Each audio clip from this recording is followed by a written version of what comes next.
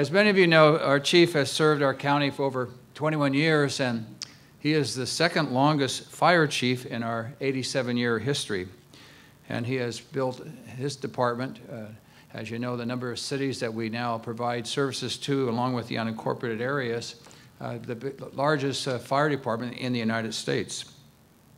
He has served with the dedication, vision, and distinction, and that department has grown with 8 new cities and 24 new fire stations, with more to be built next year.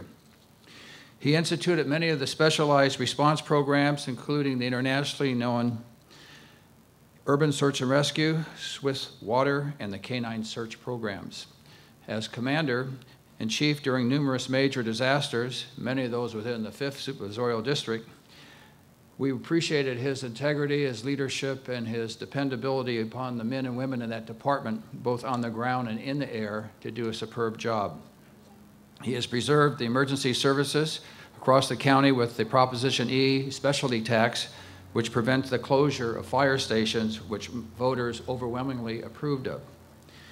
He upheld the department's reputation as the nation's leader in the use of air attack and wildland firefighting operations by introducing the contract aircraft programs, including the Super Scooper. He championed the first local government agency purchase of the Firehawk helicopter, and it's very fitting and appropriate that we express our gratitude to our Chief Freeman, for a long life of dedication. You know, this is the place of action, and Chief Freeman has done such an incredible job since he came here back in 1989 when this facility was just starting to be built. And now this 20-year-old center has been remodeled, earthquake tightened down, and from this building, as the mayor said, there's a hype of activity here that really is the brains and the jawbone of the entire county and how we respond to emergency services. This place right here is the epitome of the service that all of you, the men and women of our incredible fire department, our lifeguards, and but to say thank you, Chief, for a job well done. We wish you and the family the very, very best, good, healthy retirement. Chief Freeman has really done an outstanding job as a fire chief. I've been in this organization for the last 26 years, and he's probably the only chief that I've known in a sense as far as innovation, technology, true leadership, and moving this organization forward. And this command and control facilities is one of his achievements as it relates to his leadership and forward thinking and innovation as it relates to the fact that we're here in earthquake country. And now we have a facility that stands behind me that can withstand an earthquake for 8.0, which is one of the first in the world. And it's still a motto today as it relates to the fire service.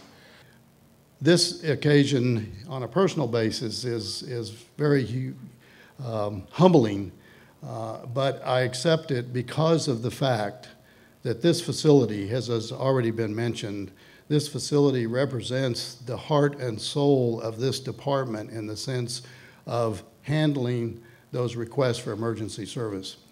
When it comes to emergencies, it starts here. And this is a representation of the proud service that is provided.